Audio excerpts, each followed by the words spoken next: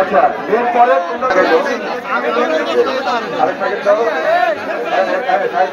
বিগত স্বৈরাচারের দোসররা তারা কিন্তু বসে নাই, তারা শিল্পাঞ্চলগুলোতে নীল কল কারখানা আজকে তারা ভাঙচুর করছে।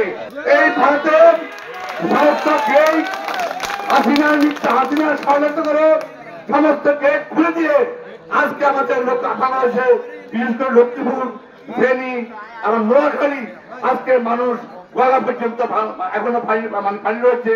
তারপর আমরা চেষ্টা করছি আপনাদের দলের পক্ষ থেকে বেগম খালেদা জিয়ার নির্দেশে, তারেক রহমান সাহেবের নির্দেশে প্রতিটা বাড়িতে বাড়িতে, প্রতিটা মহল্লায় মহল্লায়, প্রতিটা ওয়ার্ডে ওয়ার্ডে আমরা তার প্রতিনিধি পাই।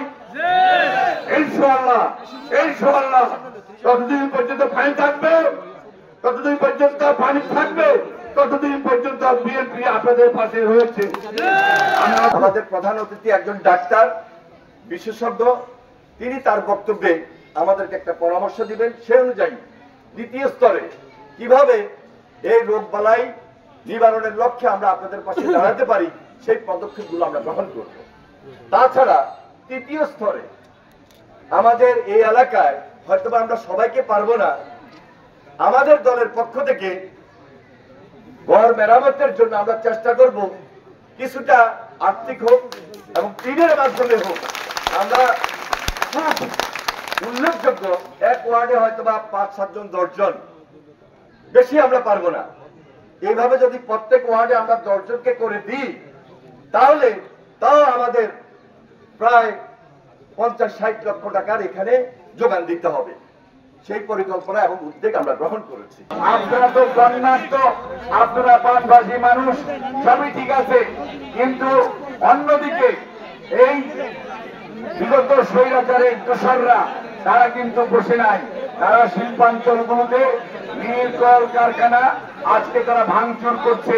এটি হচ্ছে আওয়ামী ষড়যন্ত্র এবং সেখানেও বিএনপির নেতা কর্মীরা, শ্রমিক দল সহ সকল নেতা কর্মীরা দল বেঁধে পাহারা দিচ্ছে। যেমন আপনারা আমাদের এই সংখ্যালঘু সম্প্রদায়ের সম্পত্তি পাহারা দিয়েছেন, একই কায়দায় আজকে আমাদের শিল্পাঞ্চলগুলো পাহারা দিচ্ছে। All Time Roma. Taste it, love it. BNP ক্ষমতায় নাই, ক্ষমতায় তত্ত্বাবধায়ক সরকার।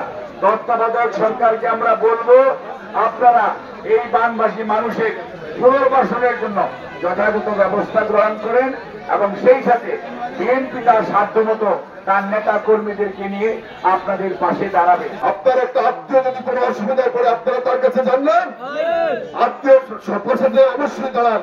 আত্মীয় আজকে সমস্যায় পড়েছেন, আপনার আত্মীয় আপনার পাশে যে দাঁড়িয়েছে, ঠিক সেইভাবে দেশনেত্রী বেগম খালেদা জিয়া, দেশ নায়ক তারেক রহমান আপনাদের আত্মীয়, তারা নির্দেশ দিয়েছে।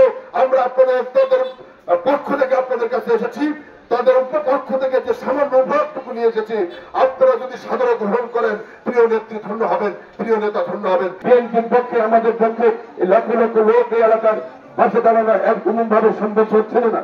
আপনারা যে প্রচারের মাধ্যমে জাতীয়তাবাদী আদর্শে বিশ্বাসী সারা বাংলাদেশ থেকে তারা আমাদের এলাকায় ত্রাণ সামগ্রী নিয়ে এসেছেন, সাধারণ মানুষের মধ্যে বিতরণ করেছেন। আমরা আপনার মাধ্যমে তাদেরকে ধন্যবাদ অভিনন্দন জানাচ্ছি।